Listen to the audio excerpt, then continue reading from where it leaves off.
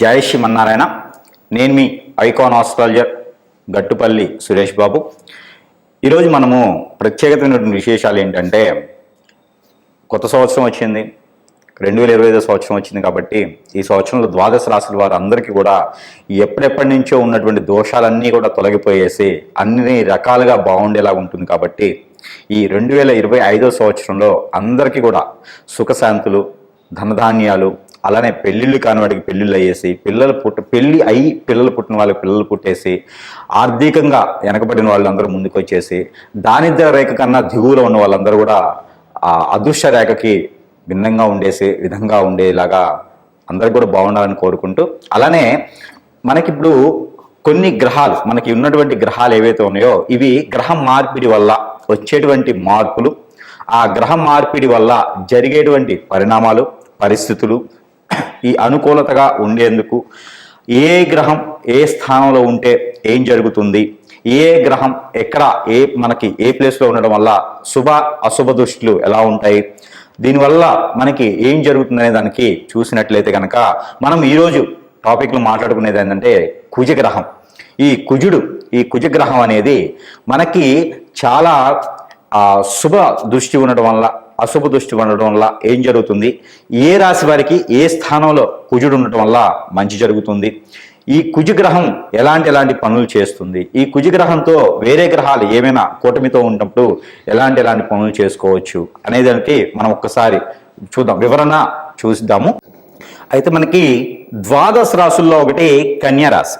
ఈ కన్యా రాశి వారికి కుజుడు మారడం ద్వారా ఈ కుజగ్రహం అనేది ఏదైతే ఉందో ఇది కర్కాటక రాశి నుంచి వెనకంజలో వచ్చేసి మిథున రాశికి రావడం జరిగింది. కాబట్టి జనవరి 21వ తారీఖున మిథున రాశిలోకి వచ్చింది. ఇది మళ్ళీ కర్కాటక రాశిలోకి వెళ్ళాలి అంటే కనుక ఏప్రిల్ 2వ తారీఖు 2025 సంవత్సరంలో జరుగుతోంది. అయితే మనకి ఈ యొక్క 3-4 మాసాల వరకు కూడా కన్యా రాశి వారికి బాగుంటుందని చెప్పవచ్చు. ఆదాయ వనరులు బాగానే ఉంటాయి. అంటే 10వ స్థానంలో ఉన్నారు కుజ భగవానుడు. అయితే దీనివలన ఆదాయ వనరులు అనేది కొంతమేర బాగుంటాయని చెప్పవచ్చు. అలానే నరదిష్టి, నరఘోష కూడా బాగుంటుంది. దాంతోపాటు ఏదైతే మంచి జరుగుతుందో చెడు కూడా అంతే విధంగా త్రాసు 2 విధాలుగా సరిగా ఉన్నట్టుగానే కన్యారాశి వారికి మిశ్రమ ఫలితాలని కూడా చెప్పవచ్చు. ఎందుకంటే మంచి ఓ పక్కన ఎంతవరకు జరుగుతుందో చెడు కూడా అంతే జరుగుతుంది. అయితే మనకు అలానే కన్యా రాశిలో నుంచి చూసినప్పుడు కుజ భగవానుడు 10వ స్థానంలో ఉంటాడు. కాబట్టి ఈ యొక్క ఫలితాలు ఉన్నాయి. కాబట్టి మీరు ఇందులో కూడా భయపడాల్సిన అవసరం లేదు. మనం చివరిలో చెప్పేటువంటి పరిహారాలు చేసుకున్నట్లయితే అన్ని రకాల రుమ్మతులు కూడా కన్యారాశి వారికి తొలగేలాగా కొంతమేరైనా తొలగేలా ఉంటుంది. కాబట్టి ఈ చిన్నపాటి పరిహారాలు చేసుకోవడం ద్వారా, చిన్నపాటి పూజలు హోమాలు చేసుకోవడం ద్వారా మనం చివరిలో చెప్పేటువంటి పరిహారాలు చేసుకోండి. ఈ కుజుడికి సంబంధించినటువంటి దోషాలు ఏమైనా ఉంటే కూడా అవన్నీ కూడా కొంచెమైనా తొలగేటటువంటి అదృష్టం ఉంటుంది. కాబట్టి అయితే 10వ స్థానంలో కుజ భగవానుడు సంచరించడం ద్వారా, అంటే మిథున రాశిలో సంచరించడం ద్వారా ఏవైతే మీకు మంచి జరుగుతుందో, ఎదుటి వాళ్ళ నుంచి మంచి జరుగుతుందో, ఆదాయ వనరులు ఏవైతే ఉన్నాయో అవన్నీ కూడా మీకు సానుకూలంగా ఉంటాయి. ఎలా అయితే మీకు మంచి మిత్రులు దొరుకుతారో అలానే శత్రువులు కూడా, కనపడని శత్రువులు కూడా మీతో ఉంటారు. కాబట్టి కొంతమేర జాగ్రత్తగా ఉండండి. ఎవరితోనూ దుడుసుగా మాట్లాడొద్దు.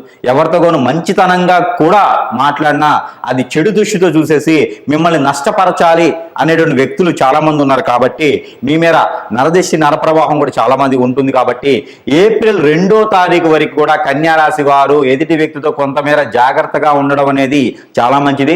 నోరు అదుపులోగా ఉంచుకొని, అంటే ఎక్కువగా మాట్లాడకుండా, చిన్న చిన్న విషయాలకు కూడా పెద్దగా తీసుకోకుండా, మనసు పూర్తిగా ఏది కూడా తీసుకోకుండా ఉన్నందువలన మీకు మంచి జరిగేటువంటి అదృష్టం ఉంటుంది. అలానే ఈ కన్యా రాశి వారికి 10వ స్థానంలో కుజుడు ఉండడం వల్ల ఏప్రిల్ 2వ తారీఖు 2025 సంవత్సరం వరకు కూడా ఎదుటి వ్యక్తితో జాగ్రత్త, అందులో ఆడవాళ్లతో జాగ్రత్తగా ఉండండి.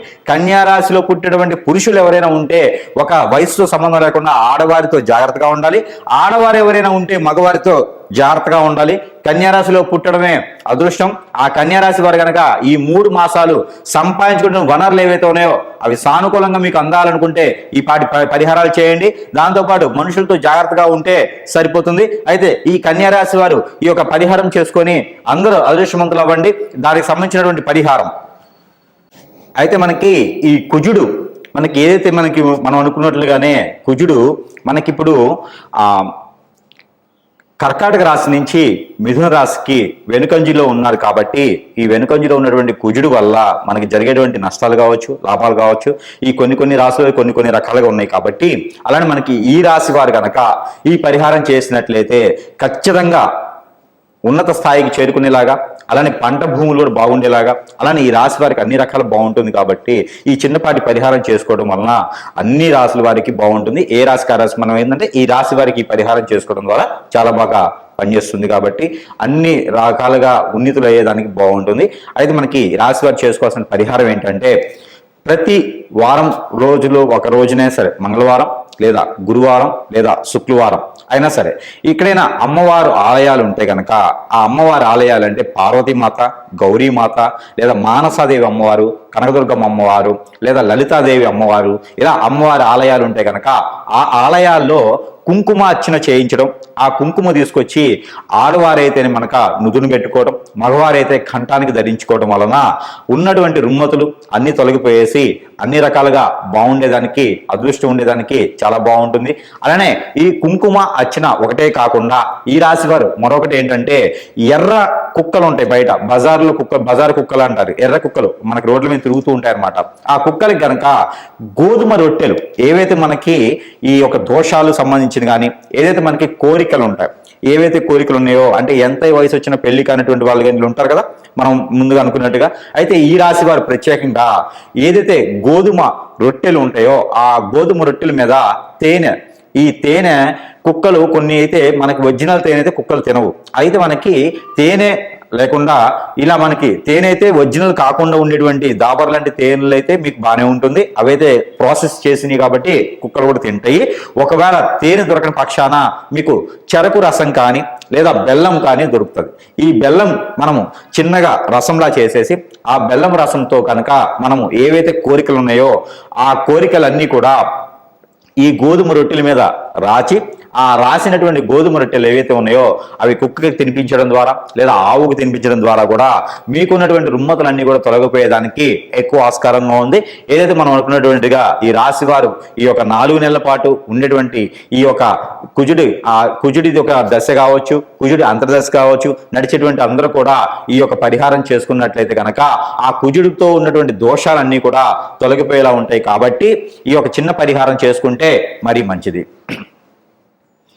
అయితే మనం చెప్పుకున్నట్టుగానే ఈ రాశి వారు కనుక ఈ చిన్న పరిహారాలు చేసుకోవడం ద్వారా కుజుడి దశ ఉన్న, కుజుడి అంతర్దశ ఉన్న, కుజ దోషంతో ఎవరైనా బాధపడుతుంటే కూడా ఈ యొక్క చిన్న పరిహారం చేసుకోవడం ద్వారా ఆ కుజుడి నుంచి వచ్చేటువంటి చెడు దృష్టి ఏదైతే ఉందో ఆ చెడు దృష్టి కూడా శుభ దృష్టిగా మలుచుకునేందుకు అవకాశం ఉంటుంది. కాబట్టి ఖచ్చితంగా ఈ రాశి వారు ఈ యొక్క చిన్నపాటి ప్రయోగం, ఈ చిన్నపాటి పరిహారం చేసుకోవడం ద్వారా మంచి జరుగుతుంది. కాబట్టి ఈ చిన్నపాటి ప్రయోగం, ఈ చిన్నపాటి పరిహారం ఏంటంటే ఏదైతే నవగ్రహాల్లో కుజగ్రహం అని ఉంటుంది, ఈ కుజగ్రహానికి గనక కందులు, ఏవైతే కందులు మనకి ఇంకా మహారాష్ట్ర కందులు అంటారు, అంటే ఎర్ర కందులు ఉంటాయి మనకి, ఎర్ర కందులు, ఎర్ర కందిపప్పు అంటారు. ఇవి దొరికినా మీకు మనం మామూలుగా తెలుగు రాష్ట్రాల్లో దొరికేటువంటి కందులు, కందిపప్పు అయినా ఏవైనా సరే ఆ కుజునికి గనక 1 కిలోన్నర అంటే 1 కిలో తర్వాత 1/2 కిలో 500 గ్రాములు అంటే 1500 గ్రాములు కందులు గనక అక్కడ కుజగ్రహం మీద గనక ఉంచడమైనా, అభిషేకం చేసిన, 9 ప్రదక్షిణాలు చేసిన, 7 ప్రదక్షిణాలు లేదా 11 ప్రదక్షిణాలు చేసిన నవగ్రహాల చుట్టూతా ఈ యొక్క కందులు ఏవైతే ఉన్నాయో, కందిపప్పు ఏవైతే ఉన్నాయో ఇవి కుజుడి మీద ఉంచడం ద్వారా, అలానే ఎర్రని ఇవి మనకి ఆరెంజ్ కానీ లేకపోతే దానిమ్మ పండు అంటారు, ఈ దానిమ్మ పండు లేదా దానిమ్మ గింజలు ఏవైతే ఉన్నాయో ఈ దానిమ్మ పండు, దానిమ్మ గింజలు, అంజీరు, ఈ అంజీరు పళ్ళు కూడా ఏవైతే ఉన్నాయో ఇవన్నీ కూడా మనకి జ్యూస్లా చేసుకొని ఆ జ్యూస్ కూడా మన కుజుని గ్రహం మీద అభిషేకం చేసిన లేదా కుజగ్రహం మీకు దగ్గర సమీప దూరం లేకపోతే ఈ కుజగ్రహానికి అధిపతి ఎవరైతే ఉన్నారో ఈయన వచ్చేసి సుబ్రహ్మణ్యేశ్వర స్వామివారు లేదా కుమారస్వామి వారు లేదా అయ్యప్ప స్వామివారు లేదా ఇంకా చివరికి శివాలయంలో అయినా సరే ఇక్కడ మనకి అంజీరు పండుతో చేసినటువంటి జ్యూసు, అలానే బాదం పప్పుతో చేసినటువంటి జ్యూసు, అలానే మనకి ఏదైతే దానిమ్మ పండు అంటామో వాటితో చేసినటువంటి జ్యూసు, చివరిగా మనకి చెరుకు రసం, ఇవన్నీ కూడా కలగలుపుకొని మనం అభిషేకం అర్చన చేయించినట్లయితే గనక ఏవైతే మీకు సమీప దూరంలో ఉన్నటువంటి నేను చెప్పినటువంటి విగ్రహాలకి అభిషేకం చేయడం ద్వారా అన్ని రకాల రుమ్మతులు తొలగిపోయేసి విదేశీ యానానికి వెళ్ళాలనుకున్నటువంటి ఎవరైతే ఉన్నారో వారు కూడా కుజ దోషంతో బాధపడుతుంటే గనక వారు కూడా ఖచ్చితంగా ఈ యొక్క అభిషేకం చేస్తే, ఈ యొక్క పరిహారం చేసినట్టయితే గనక అన్ని రకాల రుమ్మతులు తొలగిపోయేలా ఉంటుంది. కాబట్టి ఈ పాటి చిన్న ప్రయోగం, ఈ పాటి చిన్న ప్రయత్నం కూడా చేయండి.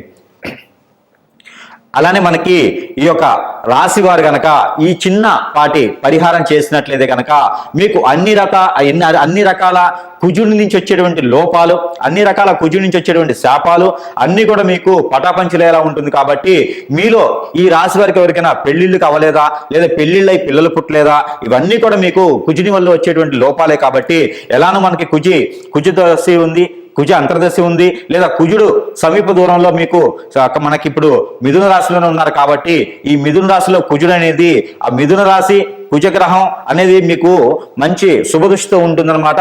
మిథున రాశి ఫ్రెండ్షిప్ అనమాట. అంటే అది ఇక్కడ మనకి మిథున రాశిలో కుజుడు ఉండటం వల్ల కూడా మంచి జరిగేదానికి ఉంది. కాబట్టి మీ అందరూ కూడా ఈ రాశి వారు అంతే ప్రత్యేకించి ఈ చిన్నపాటి పరిహారం చేసుకోవడం ద్వారా ఆ ఒక ఏదైతే కుజుడి నుంచి వచ్చేటువంటి దోషాలు, ఆ శాపాలు కూడా అన్ని తొలగిపోయేలా ఉంటుంది. కాబట్టి ఈ చిన్నపాటి పరిహారం ఏదైతే మీరు కుజుడి నుంచి వచ్చేటువంటి పరిహారం ఇచ్చుకునేందుకు ఆవాలను ఉంటాయి, మనకి ఇంట్లో కూడా దొరుకుతా ఉంటే మన కిచెన్ సామాన్లు వాడుతూ ఉంటాము.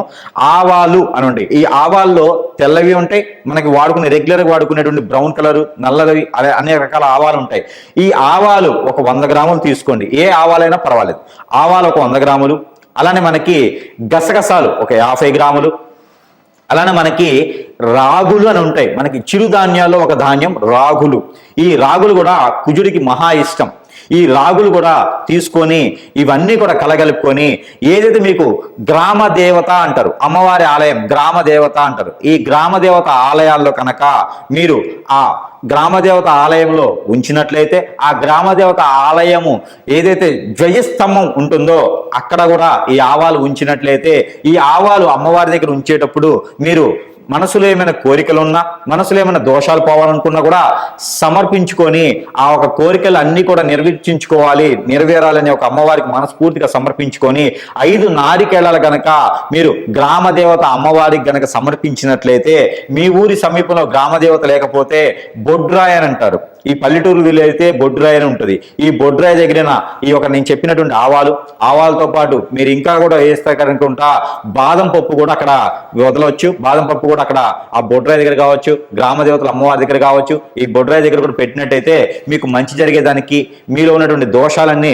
విముక్తి అయ్యేదానికి ఉంటుంది. కాబట్టి ఈ పాత్రం అదృష్టం అనేది అందరూ కూడా ఈ చిన్న చిన్న పరిహారాలు చేసుకొని ఈ రాశి వారు అదృష్టవంతులు అయ్యేసి అందరికి కూడా పెళ్లిళ్ళు అవ్వాలి, పెళ్లిళ్ళు అయిన వారికి పిల్లలు పుట్టాలి, అందరూ కూడా ఉద్యోగులు అవ్వాలనుకుంటే కనుక ఈ కుజదోష పరిహార నిమిత్తంగా ఈ చిన్నపాటి పరిహారాలు చేసుకుంటే మరీ మంచిది. ఇంకో రోడ్ ఉంది. అభిషేకం ఏదైతే తేనె ఉంటుందో ఈ తేనెలో కనుక టమాటా రసం కలిపేసి మనం అభిషేకం చేసుకోవడం ద్వారా కూడా ఎవరికి చేయాలి అభిషేకం అంటే నవగ్రహాల్లో ఉన్నటువంటి కుజగ్రహానికి, అలానే మనకి కుజగ్రహం మీకు సమీప దూరంలో లేకపోతే కనుక ఈ టమాటా లేకుండా ఓన్లీ బాదం పప్పుతో అయినా మీరు అభిషేకం చేసుకోవచ్చు. అంజీరు బాదం కలిపినటువంటి అభిషేకాన్ని మీరు అక్కడ ఉన్నటువంటి సుబ్రహ్మణ్యేశ్వర స్వామి వారి ఆలయంలో లేదా పుట్ట దగ్గర ఉన్నటువంటి పడిగల మీదైనా ఈ అభిషేకం చేసుకోవడం ద్వారా ఈ కుజగ్రహానికి సంబంధించినటువంటి దోషాలన్నీ కూడా పటాపంచలేదానికి ఆస్కారం ఎక్కువ కనిపిస్తూ ఉంది. అలానే మీకు ప్రతినిత్యం 12 రాసుల వారు అందరికీ కూడా చెప్పదగింది ఏంటంటే ప్రతి ఒక్కరూ చేయగలిగినటువంటి రెమెడీ ఒకటి ఉన్నది. అది ఏంటంటే ఆవాలు మనకి తెల్లవైన, నల్లవైన, బ్రౌన్ కలర్ అయిన ఆవాలు తీసుకొని ఒక 50 గ్రాముల ఆవాలు, ఒక 50 గ్రాములు నల్ల నువ్వులు, ఒక 50 గ్రాములు గసగసాలు, ఒక 50 గ్రాముల జీడిపప్పు, ఇవన్నీ కూడా తీసుకొని చిక్కుడు గింజలను దొరుకుతాయి మనకి సీడ్. ఇవి మనకి పచారీ షాపుల్లో కానీ లేకపోతే సీడ్ అమ్మేటువంటి షాపుల్లో కానీ దొరుకుతాయి. ఈ చిక్కుడు గింజలు కూడా తీసుకొని మీరు ఇవన్నీ కూడా కలగలుపుకొని రోజుకొక 2-3 స్పూన్లు చొప్పును తీసుకొని ఇలా క్లాక్ వైజ్ గా కళ్ళ ముందు నుంచి ఇలా తీసుకుంటూ ఇలా 7 సార్లు దిష్టి తీసుకొని 12 రాసుల వారు అందరికీ కూడా ఇలా 7 సార్లు దిష్టి తీసుకొని మీకు రోడ్డు విరువైపులా అంటే రోడ్డు పక్కన కనుక వేసినట్లయితే పారే పారేటువంటి నీటిలో వేసినట్లయితే మీకు అవి కాల్చినట్లు కూడా కాల్చుకోవచ్చు. ఇవి కాల్చినట్లయితే కనుక మీకు కుజు దోషం నుంచి విముక్తి లభిస్తుంది. మీకు ఖచ్చితంగా పెళ్లిళ్ళు అవుతాయి. ఈ చిన్నపాటి రెమెడీ ద్వాదశ రాసులు వారు అందరూ కూడా ప్రత్యక్షం చేయవచ్చు. మరొకటి ఉంది, మీకు ఇంకా ఆరోగ్య సమస్యలు కానీ ఈ కుజ దోషానికి సంబంధించింది కానీ ఇంకేమైనా ఉంటే కూడా మీకు ఆ దోషాలన్నీ కూడా పటాపంచలేందుకు మిరియాలు కూడా ఇందులో కలుపుకున్నట్లయితే మీ ఆర్థిక స్థితిగతులు, మీ ఆరోగ్య సమస్యలు కూడా తొలగిపోయేలా ఉంటుంది. కాబట్టి మనం చెప్పుకున్నటువంటి ఆవాలు, గసగసాలు, బాదం పప్పు వీటన్నిటితో పాటు మిరియాలు కూడా కలుపుకొని దిష్టి తీసుకోవాలి. ఏవైనా సరే ఒక 2 స్పూన్లు అన్ని కలగలిసి 2-3 స్పూన్లు కనుక మీరు దిష్టి తీసుకున్నట్లయితే కనుక ఈ రుమ్మతులన్నీ తొలగిపోయేలా ఉంటుంది. కాబట్టి ఆ మాత్రం ప్రయత్నం చేసి ద్వాదశ రాశుల వారు అందరూ కూడా సుఖశాంతులతో ఉండాలని కోరుకుంటా ఉన్నాను. జై శ్రీమన్నారాయణ.